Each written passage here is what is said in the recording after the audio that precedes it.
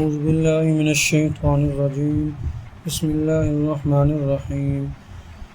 لن تنالوا البر حتى تنفقوا مما تحبون وما تنفقوا من شيء فإن الله به عليم. كل الطعام كان حلا لبني إسرائيل إلا ما حرم إسرائيل على نفسه من قبل أن تنزل التوراة. قل فأتوا بالتوراة فاتلوها إن كنتم صادقين. فمن افترى على الله الكذب من بعد ذلك فأولئك هم الظالمون. قل صدق الله فاتبعوا ملة إبراهيم حنيفا وما كان من المشركين.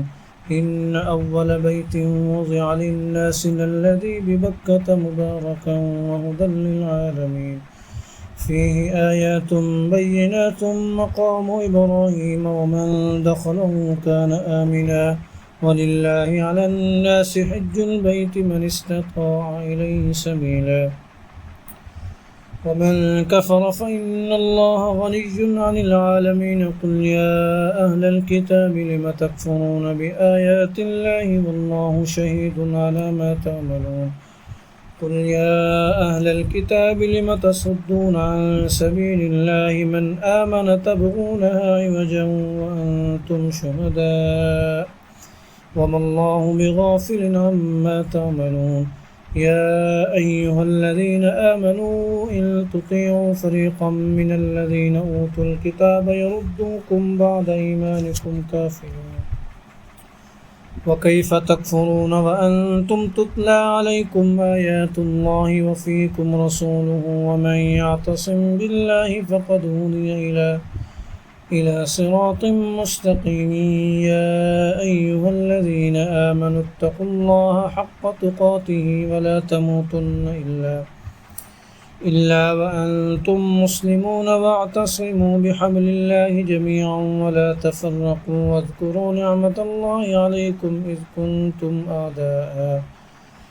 كنتم أعداء فألف بين قلوبكم فأصبحتم بنعمته إخوانا وكنتم على شفا حفرة من النار فأنقذكم منها. كذلك يبين الله لكم آياته لعلكم تهتدون. ولتكن منكم أمة يدعون إلى الخير ويأمرون بالمعروف وينهون عن المنكر وأولئك هم المفلحون. ولا تكونوا كالذين تفرقوا واختلفوا من بعد ما جاءهم البينات وأولئك لهم عذاب عظيم. يوم تبيض وجوه وتسود وجوه فأما الذين اسودت وجوههم أكفرتم بعد إيمانكم فذوقوا العذاب بما كنتم تكفرون. وأما الذين ابيضت وجوههم ففي رحمة الله هم فيها خالدون. تلك آيات الله نتلوها عليك بالحق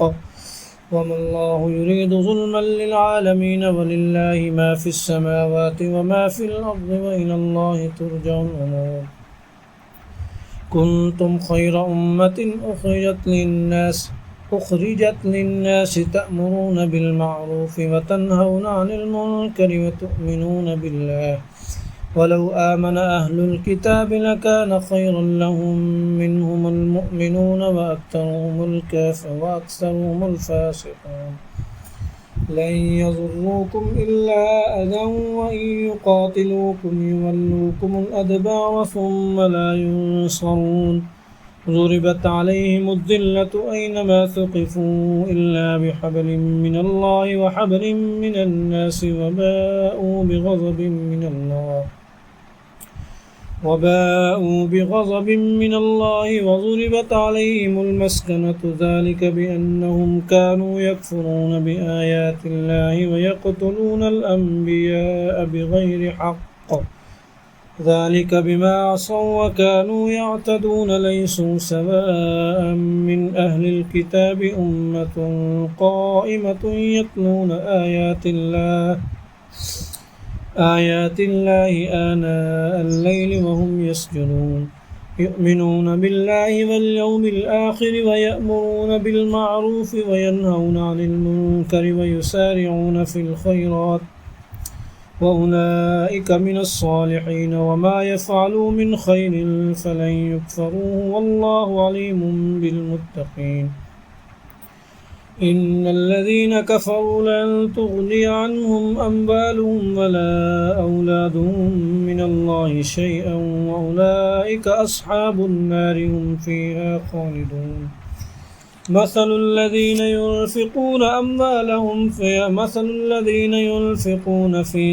مثل الذين ينفقون في هذه الحياة الدنيا مثل ما ينفقون في هذه الحياة الدنيا كمثل ريح فيها صر أصابت حرث قوم ظلموا أنفسهم فأهلكت وما ظلمهم الله ولكن أنفسهم يظلمون يا أيها الذين آمنوا لا تتخذوا بطانة من دونكم لا يألونكم خبالا ودوا ما عنتم قد بدت البغضاء من أفواههم وما تخفي صدورهم أكبر قد بينا لكم الآيات إن كنتم تعقلون ها أنتم أولئك تحبونهم ولا يحبونكم وتؤمنون بالكتاب كله وإذا لقوكم قالوا آمنا وإذا خلوا عزوا عليكم الأنامل من الغيظ قل موتوا بغيظكم إن الله عليم بذات الصدور إن تمسسكم حسنة تسؤهم وإن تصبكم سيئة يفرحوا بها وإن تصبروا وتتقوا لا يضركم كيدهم شيئا إن الله بما يعملون محيط وإذ غدوت من أهلك تبوئ المؤمنين مقاعد للقتال والله سميع عليم إذ همت طائفتان منكم أن تفشلا والله وليهما وعلى الله فليتوكل المؤمنون ولقد نصركم الله ببدر وأنتم أذلة فاتقوا الله لعلكم تشكرون إذ تقول للمؤمنين ألن يكفيكم أن يمدكم ربكم ب3,000 من الملائكة منزلين بلى إن تصبروا وتتقوا ويأتوكم من فورهم هذا يمددكم ربكم ب5,000 من الملائكة مسومين وما جعله الله إلا بشرى لكم ولتطمئن قلوبكم به وما النصر إلا من عند الله العزيز الحكيم ليقطع طرفا من الذين كفروا أو يكبتهم فينقلبوا خائبين ليس لك من الأمر شيء أو يتوب عليهم أو يعذبهم فإنهم ظالمون ولله ما في السماوات وما في الأرض يغفر لمن يشاء ويعذب من يشاء والله غفور رحيم يا أيها الذين آمنوا لا تأكلوا الربا أضعافا مضاعفة واتقوا الله لعلكم تفلحون واتقوا النار التي أعدت للكافرين وأطيعوا الله والرسول لعلكم ترحمون وسارعوا إلى مغفرة من ربكم وجنة عرضها السماوات والأرض أعدت للمتقين الذين ينفقون في السراء والضراء والكاظمين الغيظ والعافين عن الناس والله يحب المحسنين والذين إذا فعلوا فاحشة أو ظلموا أنفسهم ذكروا الله فاستغفروا لذنوبهم ومن يغفر الذنوب إلا الله ولم يصروا على ما فعلوا وهم يعلمون أولئك جزاؤهم مغفرة من ربهم وجنات تجري من تحتها الأنهار خالدين فيها ونعم أجر العاملين قد خلت من قبلكم سنن فسيروا في الأرض فانظروا كيف كان عاقبة المكذبين هذا بيان للناس وهدى وموعظة للمتقين ولا تهنوا ولا تحزنوا وأنتم الأعلون إن كنتم مؤمنين إن يمسسكم قرح فقد مس القوم قرح مثله وتلك الأيام نداولها بين الناس وليعلم الله الذين آمنوا ويتخذ منكم شهداء والله لا يحب الظالمين وليمحص الله الذين آمنوا ويمحق الكافرين أم حسبتم أن تدخلوا الجنة ولما يعلم الله الذين جاهدوا منكم ويعلم الصابرين ولقد كنتم تمنون الموت من قبل أن تلقوه فقد رأيتموه وأنتم تنظرون وما محمد إلا رسول قد خلت من قبله الرسل أفإن مات أو قتل انقلبتم على أعقابكم ومن ينقلب على عقبيه فلن يضر الله شيئا وسيجزي الله الشاكرين وما كان لنفس أن تموت إلا بإذن الله كتابا مؤجلا ومن يرد ثواب الدنيا نؤته منها ومن يرد ثواب الآخرة نؤته منها وسنجزي الشاكرين وكأي من نبي قاتل معه ربيون كثير فما وهنوا لما أصابهم في سبيل الله وما ضعفوا وما استكانوا والله يحب الصابرين وما كان قولهم إلا أن قالوا ربنا اغفر لنا ذنوبنا وإسرافنا في أمرنا وثبت أقدامنا وانصرنا على القوم الكافرين فآتاهم الله ثواب الدنيا وحسن ثواب الآخرة والله يحب المحسنين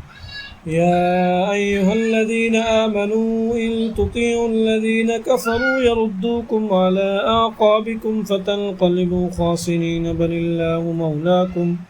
وهو خير الناصرين سنلقي في قلوب الذين كفروا الرعب بما أشركوا بالله ما لم ينزل به سلطانا ومأواهم النار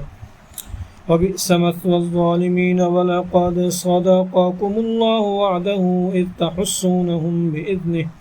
حتى إذا فشلتم وتنازعتم في الأمر وعصيتم من بعد ما أراكم ما تحبون منكم من يريد الدنيا ومنكم من يريد الآخرة ثم صرفكم عنهم ليبتليكم ولقد عفا عنكم والله ذو فضل على المؤمنين إذ تصعدون ولا تلوون على أحد والرسول يدعوكم في أخراكم فأثابكم غما بغم لكي لا تحزنوا على ما فاتكم ولا ما أصابكم والله خبير بما تعملون ثم أنزل عليكم من بعد الغم أمنة نعاسا يغشى طائفة منكم وطائفة قد أهمتهم أنفسهم يظنون بالله غير الحق ظن الجاهلية يقولون هل لنا من الأمر من شيء قل إن الأمر كله لله يخفون في أنفسهم ما لا يبدون لك يقولون لو كان لنا من الأمر شيء ما قتلنا هاهنا قل لو كنتم في بيوتكم لبرز الذين كتب عليهم القتل إلى مضاجعهم وليبتلي الله ما في صدوركم وليمحص ما في قلوبكم والله عليم بذات الصدور إن الذين تولوا منكم يوم التقى الجمعان إنما استزلهم الشيطان ببعض ما كسبوا ولقد عفى الله عنهم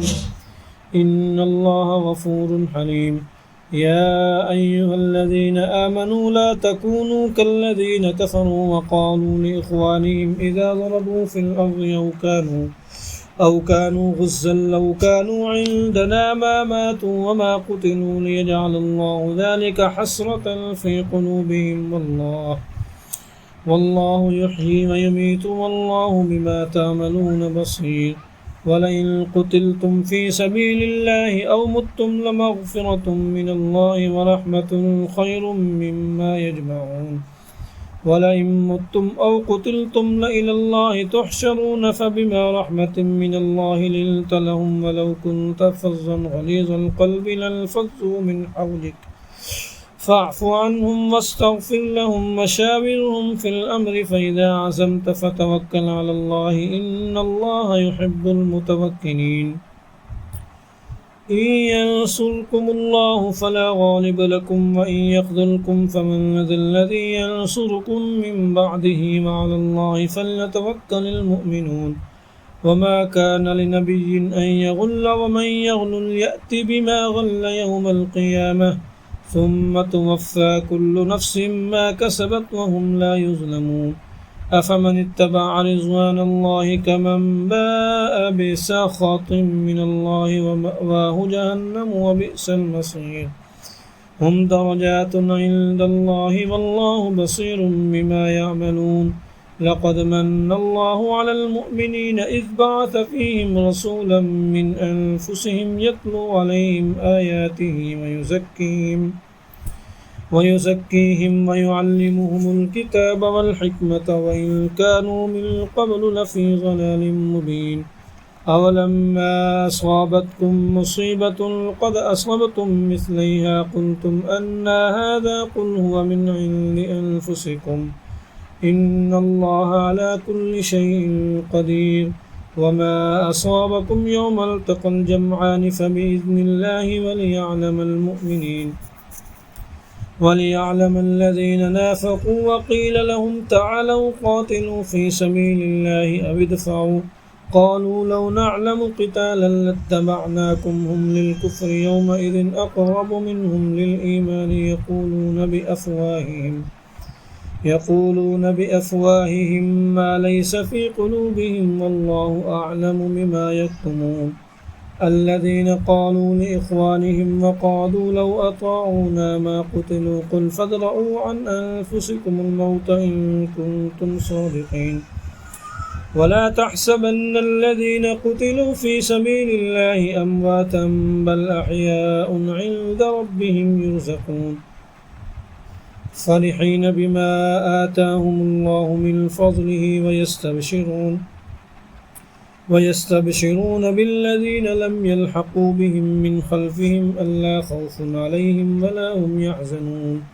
يستبشرون بنعمة من الله وفضل وأن الله لا يضيع أجر المؤمنين الذين استجابوا لله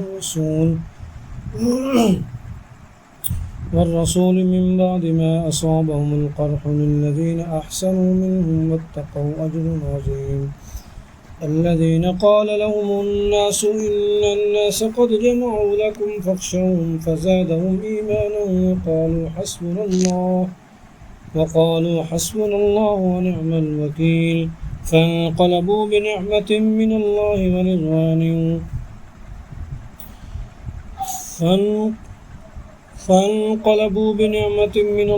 وفضل لم يمسسهم سوء واتبعوا رضوان الله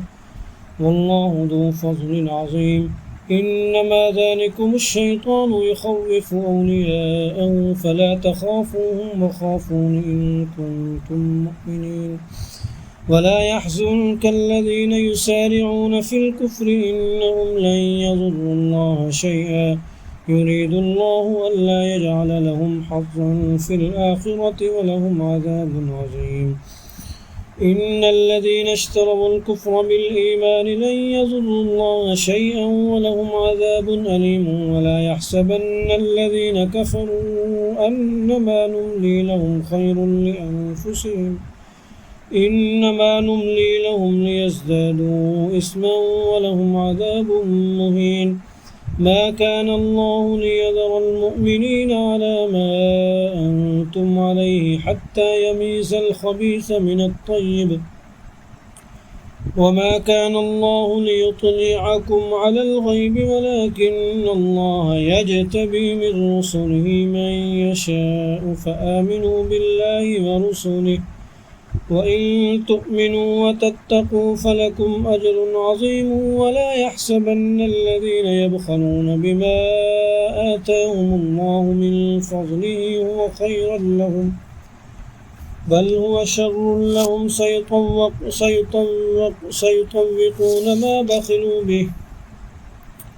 سيطوقون ما بخلوا به يوم القيامة ولله ميراث السماوات والأرض والله بما تعملون خبير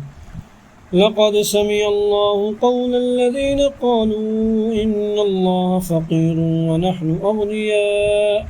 سنكتب ما قالوا وقتلهم الأنبياء بغير حق ونقول ذوقوا عذاب الحريق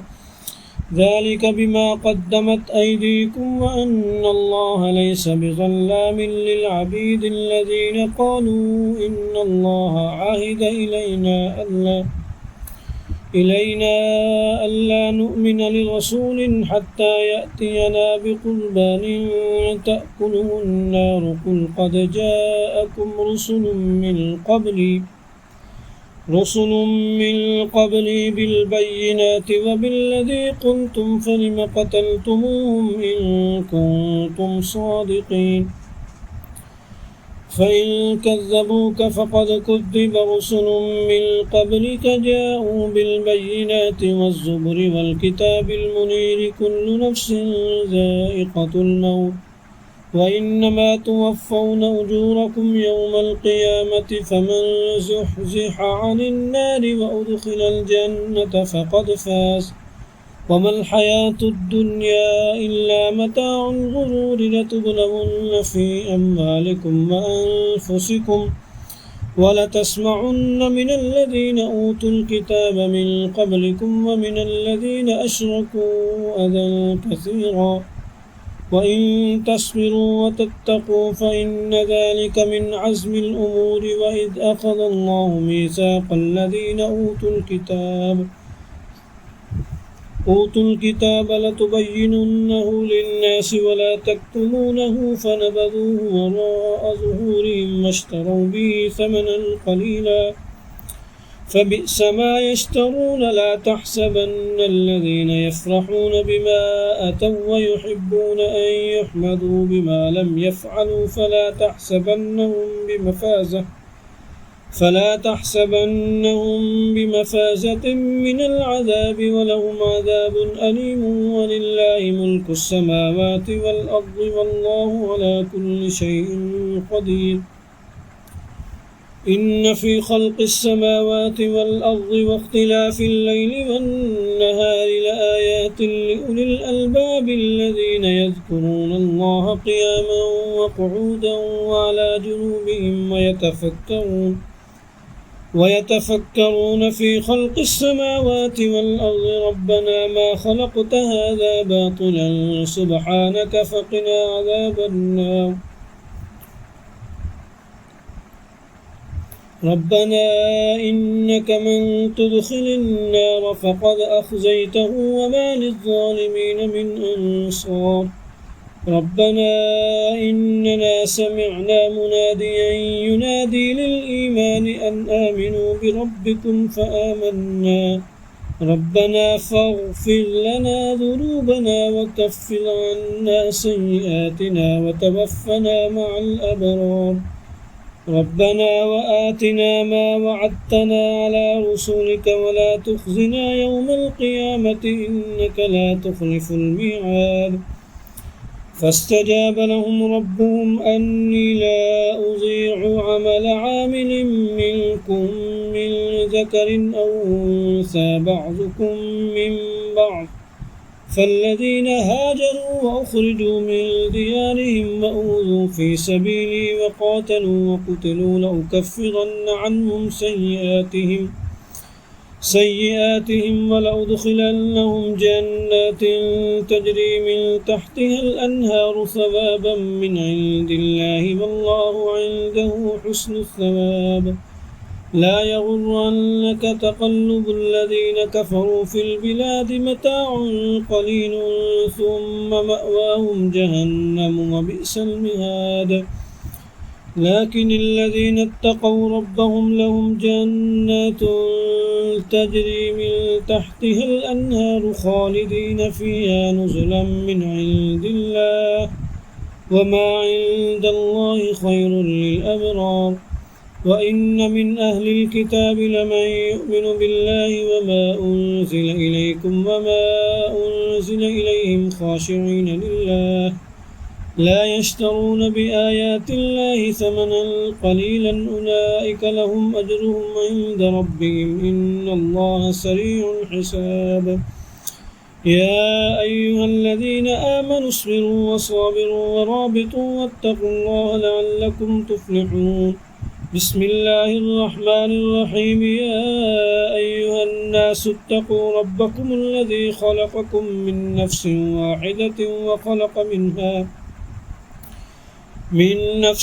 واحدة وخلق منها زوجها وبث منهما رجالا كثيرا ونساء واتقوا الله الذي تساءلون به والأرحام إن الله كان عليكم رقيبا وآتوا اليتامى أموالهم ولا تتبدلوا الخبيث بالطيب ولا تأكلوا أموالهم إلى أموالكم إنه كان حوبا كبيرا وإن خفتم ألا تقسطوا في اليتامى فانكحوا ما طاب لكم من النساء مثنى وثلاث ورباع فإن خفتم ألا تعدلوا فواحدة أو ما ملكت أيمانكم ذلك أدنى ألا تعولوا وآتوا النساء صدقاتهن نحلة فإن طبن لكم عن شيء منه نفسا فكلوه هنيئا مريئا ولا تؤتوا السفهاء أموالكم التي جعل الله لكم قياما وارزقوهم فيها واكسوهم وقولوا لهم قولا معروفا وابتلوا اليتامى حتى إذا بلغوا النكاح فإن آنستم منهم رشدا فدفعوا إليهم أموالهم ولا تأكلوها إسرافا وبدارا أن يكبروا ومن كان غنيا فليستعفف ومن كان فقيرا فليأكل بالمعروف فإذا دفعتم إليهم أموالهم فأشهدوا عليهم وكفى بالله حسيبا للرجال نصيب مما ترك الوالدان والأقربون وللنساء نصيب مما ترك الوالدان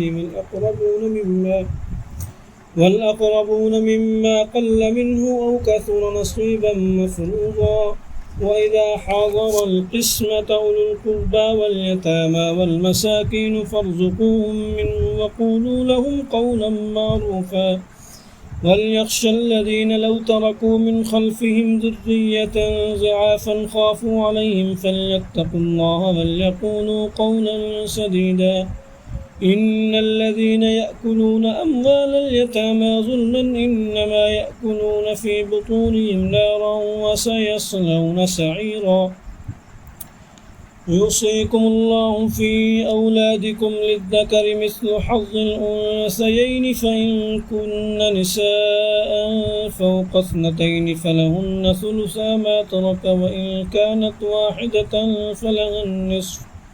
ولأبويه لكل واحد منهما السدس مما ترك إن كان له ولد فإن لم يكن له ولد وورثه أبواه فلأمه الثلث فإن كان له إخوة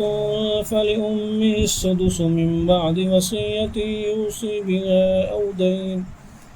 آباؤكم وأبناؤكم لا تدرون أيهم أقرب لكم نفعا فريضة من الله إن الله كان عليما حكيما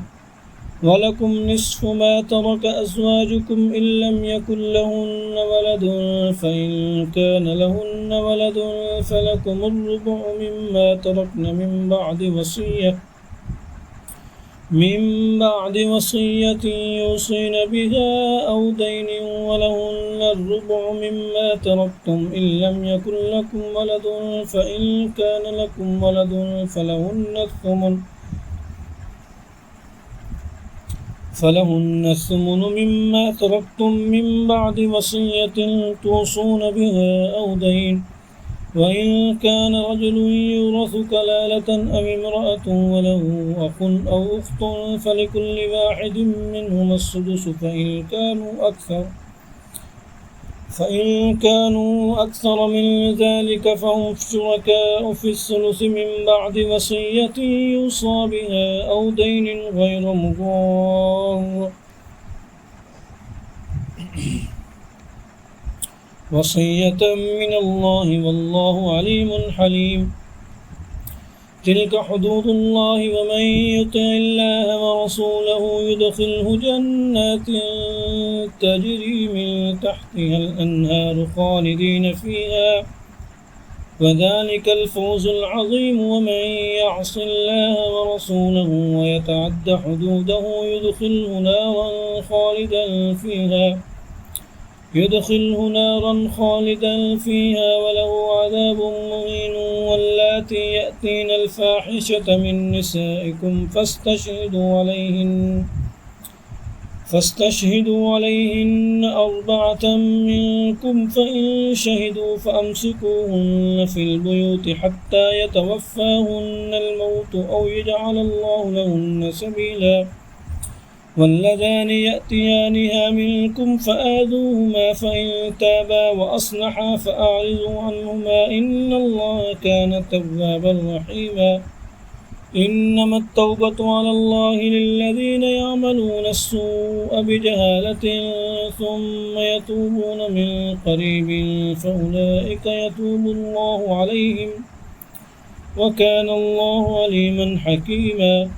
وليست التوبة للذين يعملون السيئات حتى إذا حضر أحدهم الموت قال إني تبت الآن ولا الذين يموتون وهم كفار أولئك أعتدنا لهم عذابا أليما يا أيها الذين آمنوا لا يحل لكم أن ترثوا النساء كرها ولا تعضلوهن لتذهبوا ببعض ما آتيتموهن إلا أن يأتين بفاحشة مبينة وعاشروهن بالمعروف فإن كرهتموهن فعسى أن تكرهوا شيئا ويجعل الله فيه خيرا كثيرا وإن أردتم استبدال زوج مكان زوج وآتيتم إحداهن قنطارا فلا تأخذوا منه شيئا أتأخذونه بهتانا وإثما مبينا وكيف تأخذونه وقد أفضى بعضكم إلى بعض